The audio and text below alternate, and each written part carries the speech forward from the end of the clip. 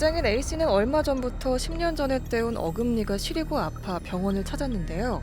의료진으로부터 크라운 보철 치료를 받아야 한다는 이야기를 들었습니다.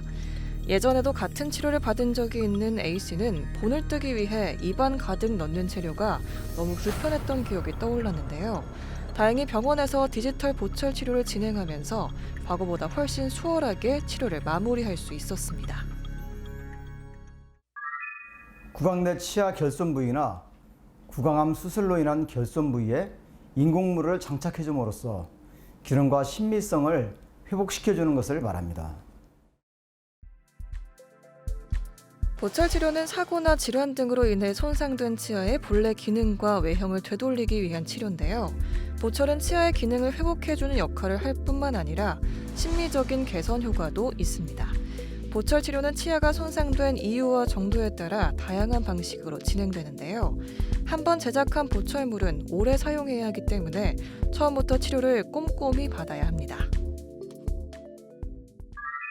크게는 고정식과 가철식으로 나눌 수 있습니다.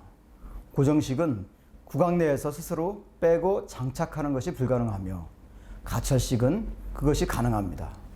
앞뒤로 치아나 임플란트에 거는 것은 고정식에 해당되고 틀니는 가철식에 해당이 됩니다.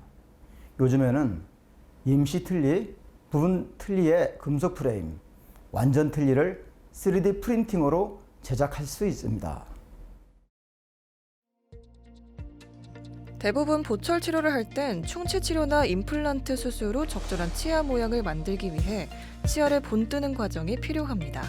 기존에는 실리콘 등을 이용해 환자의 입안에 재료를 넣고 일정한 시간이 흐른 뒤 이를 입안에서 제거하는 과정으로 진행되는데요. 이 과정에서 환자는 구역감이나 이물감으로 불편함을 경험하게 됩니다. 구강 내를 복제하는 과정부터 다릅니다. 디지털은 3D 스캐너를 이용하여 구강 내를 스캔을 합니다. 본을 뜨는 과정에서의 구역감이 없으며 많이 흔들리는 치아가 더 흔들리게 되는 부작용이 없게 됩니다. 그리고 보철물을 만드는 과정에서 컴퓨터로 디자인한 후에 금속 기둥이나 금속 판을 기계로 깎아내거나 3D 프린팅을 하게 됩니다. 이 과정에서 보철물의 복제가 가능하게 되었습니다. 디지털로 제작된 임시치아가 깨졌거나 분실된 경우 치과로 전화 한 통화를 해서 미리 임시치아를 만들어 달라고 하면 내원 시 바로 임시치아를 장착할 수 있습니다. 앞니 부위의 보철 치료를 할 땐 환자의 얼굴 생김새와 조화되는 보철물을 제작하기 위해 예전에는 얼굴 사진을 촬영해 이를 진단과 치료에 참고했습니다. 하지만 현재는 스캐너로 얼굴을 스캔해 치료 결과를 예측할 수 있는데요. 스캔한 얼굴, 치아 데이터를 이용해 환자 개개인에 맞춘 치아의 색, 형태, 위치 등을 치과 의사와 환자가 함께 디지털 이미지를 참고해 상담함으로써 보다 나은 심미적인 결과를 얻을 수 있습니다. 크게 세 가지로 볼 수 있습니다. 첫째는 3D 스캐너를 이용하여 구강 내를 컴퓨터에 저장해서 모양을 바꿀 수 있다는 것입니다. 둘째는 원하는 모양대로 치아나 임플란트 부속품을 금속, 합성수지, 질코니아, 세라믹 등의 재료를 이용하여 깎아낼 수 있다는 것입니다.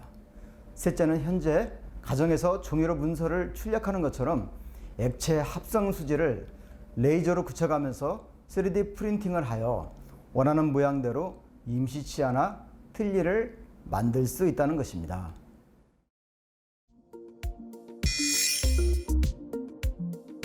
디지털 보철의 가장 큰 장점은 디지털 기기의 사용으로 구강 인상 체득 시의 과정이나 시간이 훨씬 줄어들었으며 고무 인상제 특유의 냄새와 이물감이 없어 환자가 더 편안하게 치료를 받을 수 있다는 겁니다. 과거 인상 체득은 온도나 시간 등의 과정 중에 오차나 변형을 일으키는 요소들이 있었기에 문제가 생겼을 경우 처음부터 다시 시작해야 했는데요. 디지털 스캔은 부정확한 부분만 다시 스캔하면 되고 이렇게 체득된 환자의 구강 데이터는 컴퓨터 프로그램을 통해 보철 디자인을 하고 정밀기계 가공을 통해 정밀하고 섬세하게 완성됩니다.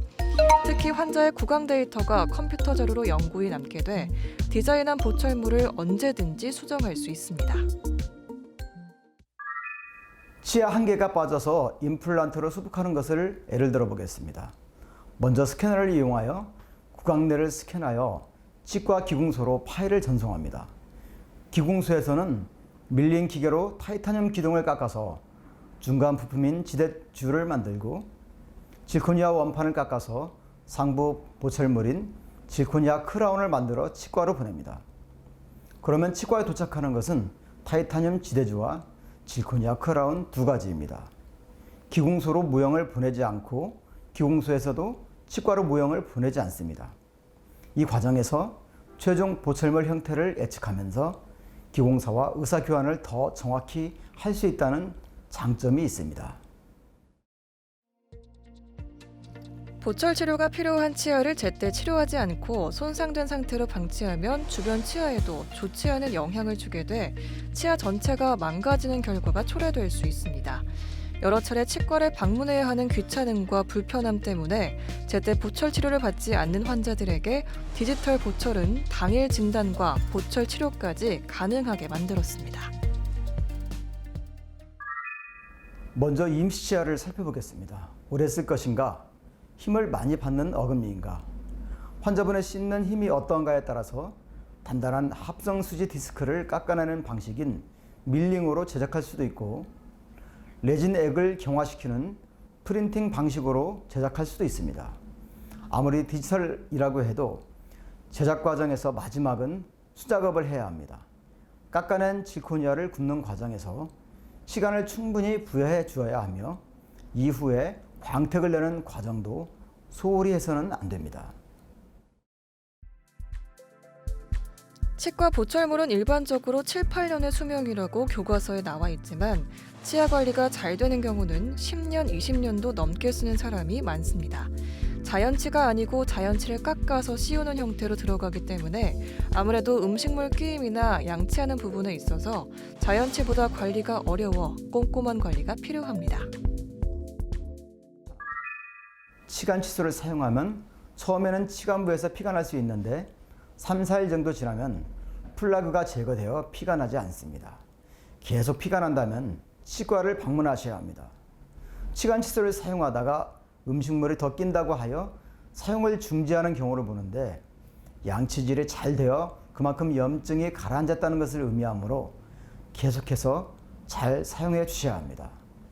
그리고 치과를 방문하셔서 방사선 촬영을 하여 눈에 보이지 않는 충치와 골 소실 부위를 찾아내서 치료를 받아야 합니다. 여기서 잠깐! 잘못된 의학 상식을 바로잡아 건강도 지키고 상식도 키우는 Yes or No! 디지털 보철의 재료는 지르코니아만 사용해야 한다는데 사실인가요? 아닙니다. 질코니아라는 재료는 굽기 전까지는 강도가 약하여 밀린 기계에 무리를 주지 않고 쉽게 깎을 수 있으므로 인기가 있습니다만 더 정밀하면서 강도가 요구되는 곳은 타이타늄 금속과 코발트 크롬 합금을 사용하기도 합니다. 잘못된 의학 상식 깨치기 Yes or No 두 번째! 전체를 본떠야 할 때는 디지털 보철의 정확도가 떨어지기 때문에 3D 스캐너를 이용하면 안 되나요? 아닙니다. 전확도 가능합니다. 구강 전체를 스캔하는 경우는 스캔하는 순서와 방식에 따라 정확도가 떨어지기는 합니다만 보통 전확을 스캔하여 만들어진 규정 장치를 보면 아주 잘 맞는 것을 볼 수 있습니다. 최근 디지털 기술을 이용한 치과 진료는 현재 국내에서 빠르게 정착되고 있습니다. 무엇보다 디지털 보철 치료는 수복물에 보다 효과적인 질적 관리가 가능하며 환자별 자료를 장기간 보관할 수 있고 표준화된 과정으로 제작 시간을 단축할 수 있는 장점이 있는데요. 하지만 아직 모든 임상 과정에 적용할 수 없어 담당 치과 의사와 상담 후 진행해야 합니다. 정기 검진이 가장 중요합니다. 무상으로 AS가 되는 기간이 언제까지인가도 정확히 알아야 합니다. 무상 AS 기간이 끝나기 전에 치과를 한번 방문하는 센스도 필요하다고 생각됩니다. 구강 내에 다수의 보철물이 있는 경우 기억하는 데 한계가 있으므로 어느 치과에서 어느 부위를 치료했고 각각 무상 AS 기간이 어떻게 되는지를 잘 메모해 두시는 것이 좋습니다. 디지털 보철 또한 문제없이 오래 사용하려면 세심한 관리가 필요한데요. 음식물을 먹는 방법도 중요합니다. 특히 보철물 속까지 들어오는 국물 음식을 마실 때는 너무 뜨겁거나 차가운 것은 피해야 하는데요. 자칫 보철물의 크기가 변형돼 치아 사이에 틈새가 생길 수 있기 때문입니다. 메디컬 플러스 오늘 준비한 소식은 여기까지입니다. 다음 시간에 새로운 소식으로 다시 찾아오겠습니다. 시청해주신 여러분 고맙습니다.